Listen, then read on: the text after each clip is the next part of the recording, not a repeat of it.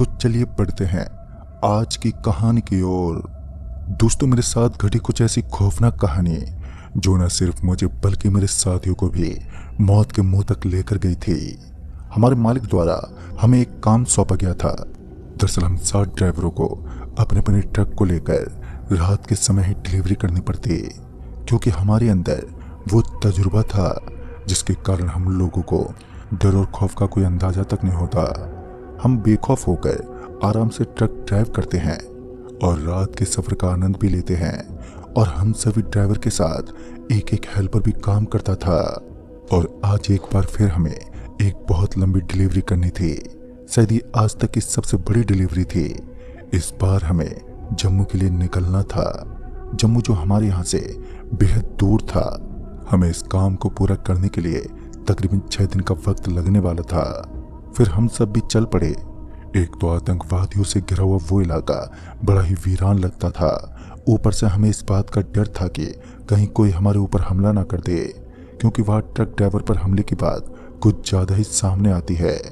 लेकिन एक बार फिर हम बेफिक्र होकर अपने ट्रक को ड्राइव करते हुए आगे की तरफ बढ़ने लगे। कहते हैं जब इंसान हद से ज़्यादा बेफिक्र होने लगता है तो उसके साथ कुछ ऐसी अनहोनी अवश्य होती ही है जो उसे इस बात का एहसास करवा देती है कि उसने जो भी किया वो बहुत गलत था। दूर दूर तक शराब का कोई नामो निशान नहीं था और बिना घूंट लिए आगे बढ़ना हमारे लिए बिना कदमों के चलने जैसा था।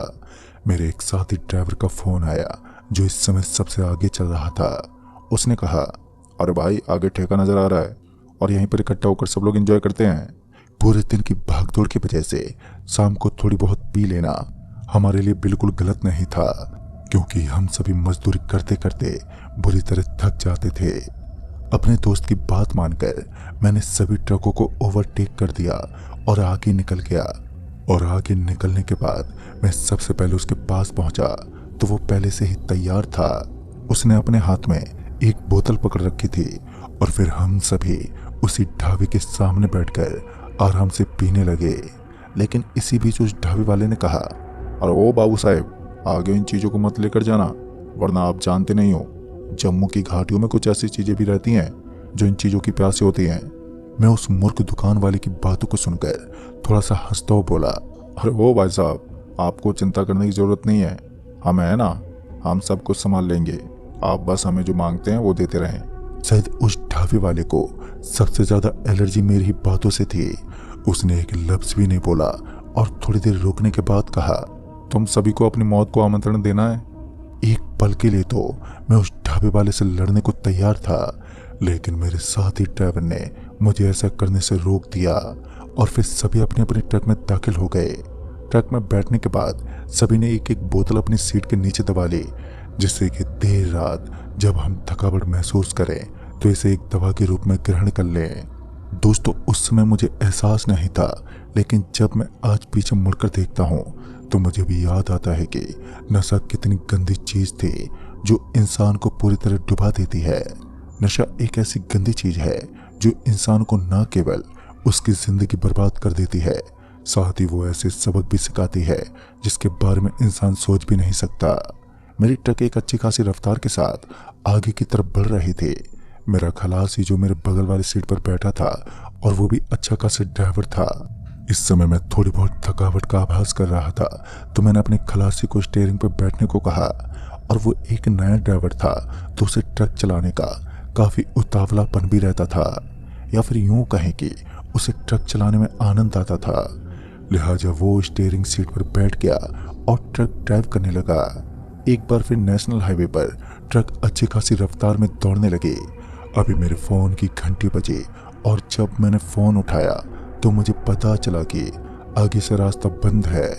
ऐसा नहीं था कि उस रास्ते को किसी सरकार के अधिकारी द्वारा बंद कराया गया था, बल्कि पेड़ों की कुछ शाखाएं टूटकर सड़क के बीचों बीच पड़ चुकी थी, जिस कारण एक आम इंसान द्वारा उन्हें हिला पाना लगभग असंभव जैसा लग रहा था।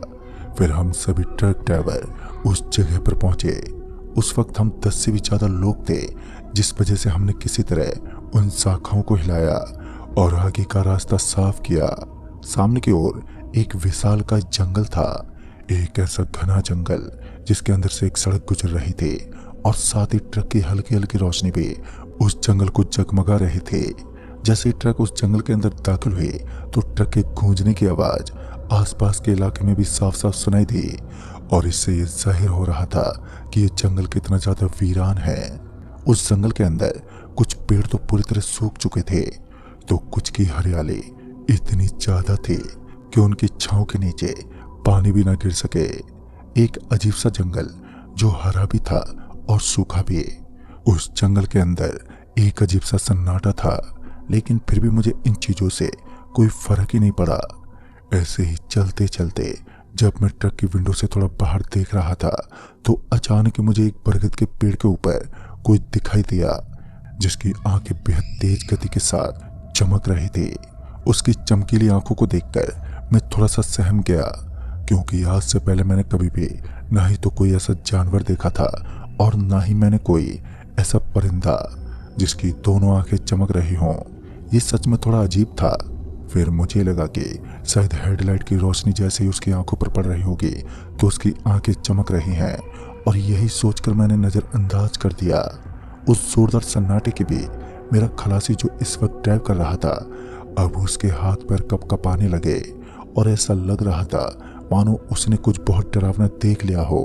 उसके शरीर में बड़ी ही जोरदार सनसनी सी मची हुई थी और उसका गला अब बैठ चुका था।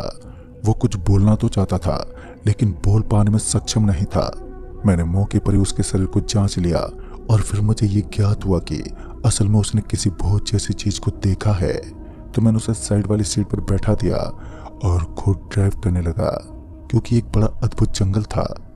एक ऐसा जंगल जिसके अंदर आज हम पहली बार सफर कर रहे थे, और साथ ही हम अपनी जिंदगी में पहली बार कोई ऐसा जंगल देख रहे थे जिसके अंदर सड़क भी सही सलामत थी, लेकिन उसके अंदर से गुजरने वाली गाड़ी में साधनों की बहुत ही ज्यादा कमी थी। इतने में हमारी ट्रक के करीब से कोई बेहद तेज गति के साथ एकदम से गुजर गया। ये कोई दूसरी ट्रक तो नहीं थी, लेकिन इतना कंफर्म था कि जो भी था बड़ा ही तेज और अचंभित करने वाला था। शायद ये कुछ छोटी मोटी कार थी जिसकी स्पीड 150 से भी ऊपर की होगी। तभी मैंने विंडो से अपना चेहरा बाहर निकाला और बाहर की तरफ देखने लगा, लेकिन मुझे ज्ञात नहीं हुआ कि असल में वो क्या चीज थी जो इतनी तेज स्पीड से निकल गई।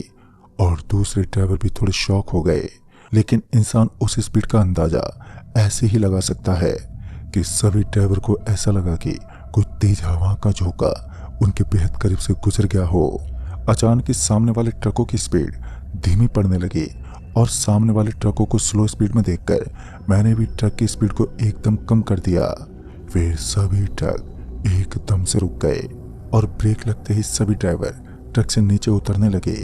फिर हमें पता चला कि सबसे आगे वाले ट्रक के ड्राइवर का एक्सीडेंट हो गया है, और यह एक्सीडेंट एक नॉर्मल एक्सीडेंट नहीं था, बल्कि उस हादसे के दौरान हमें उस ट्रक ड्राइवर के बारे में पता नहीं चल पा रहा था और न ही ट्रक नजर आ रही थी, क्योंकि हमारे बगल में एक बहुत ही गहरी खाई बनी हुई थी, और उस खाई के अंदर एक ट्रक का गिरना पॉसिबल तो था, लेकिन वहां से देख पाना भी बेहद आसान था।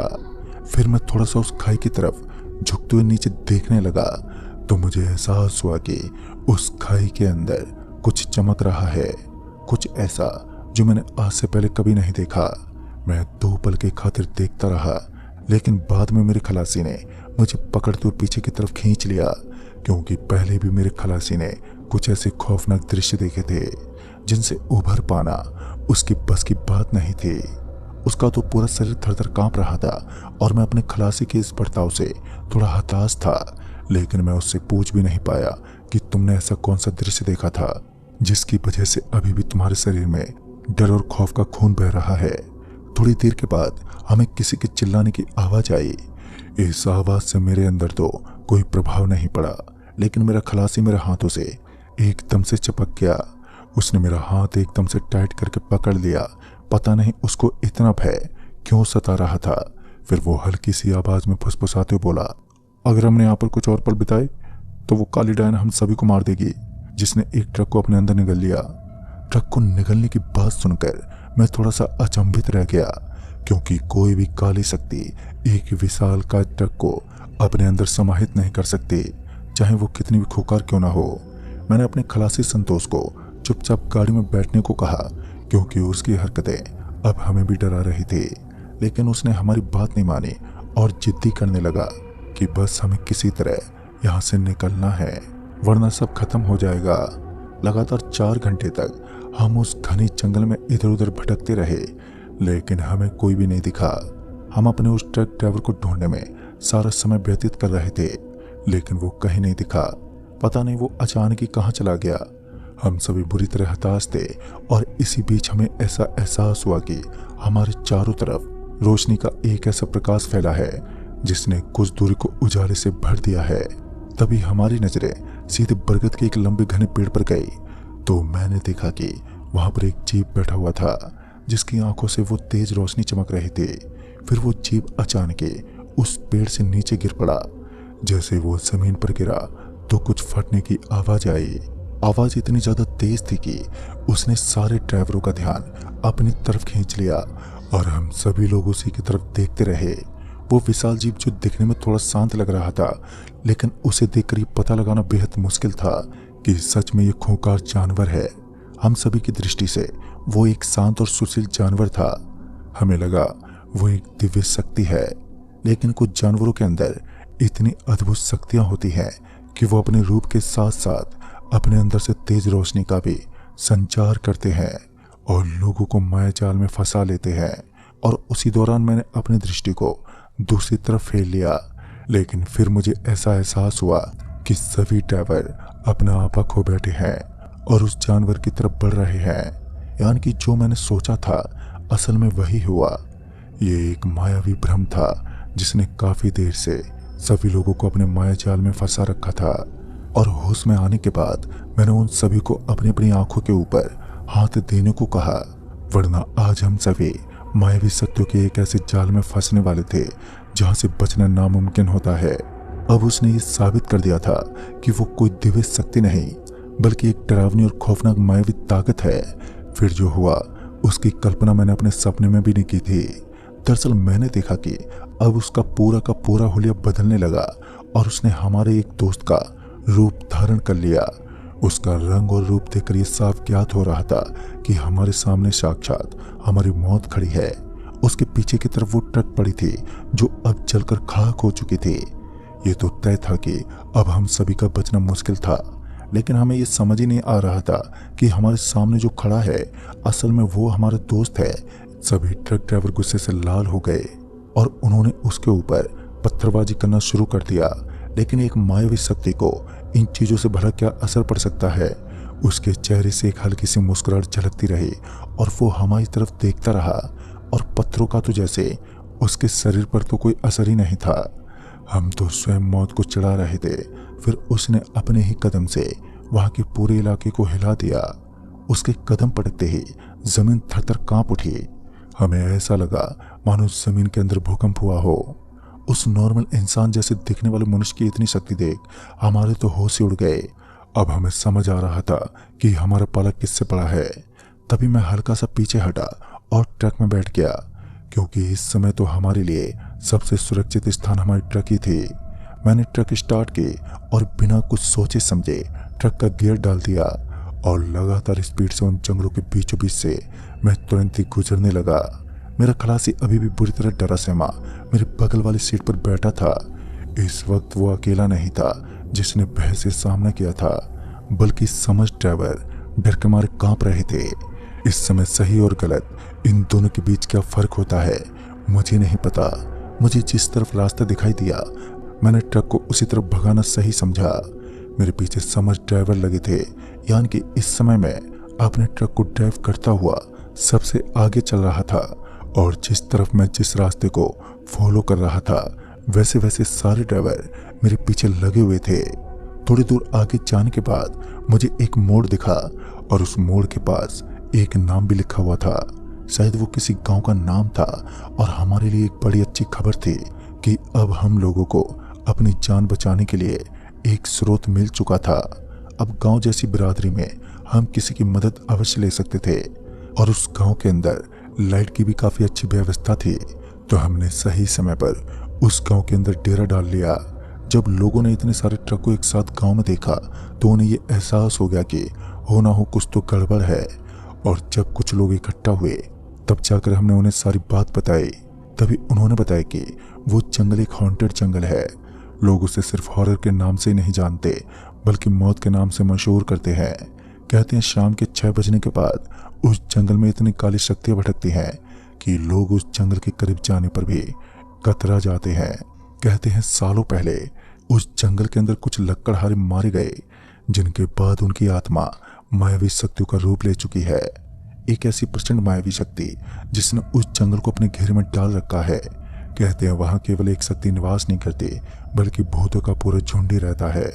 दोस्तों, जब हमने उस साथी ड्राइवर के बारे में बताया तो उनका कहना था कि अब वो ट्रक जल चुकी है और आपका साथी उनका खाना बन चुका है। अब वो आपको नहीं मिलेगा। लेकिन हम उनके कहने मात्र से कहां पर मानने वाले थे। दूसरे दिन सुबह हुई तो हमने अपने दोस्त को जंगल के हर कोने में ढूंढ लिया, लेकिन वो कहीं नहीं मिला। साथ ही उसकी जली खली ट्रक भी वहां से गायब थी। पर आज इस कहानी को तकरीबन 7 साल बीत चुके हैं, लेकिन ना ही तो आज तक हमें हमारे दोस्त का कोई ठिकाना मिला और ना ही उस ट्रक का जो वो ड्राइव करता था। और इसीलिए कहते हैं हमें कभी कभी अपने साथियों की बातों को भी मान लेना चाहिए। क्या पता उनके मुंह से कौन सी सच्चाई निकल जाए। तो दोस्तों, इस कहानी में बस इतना ही।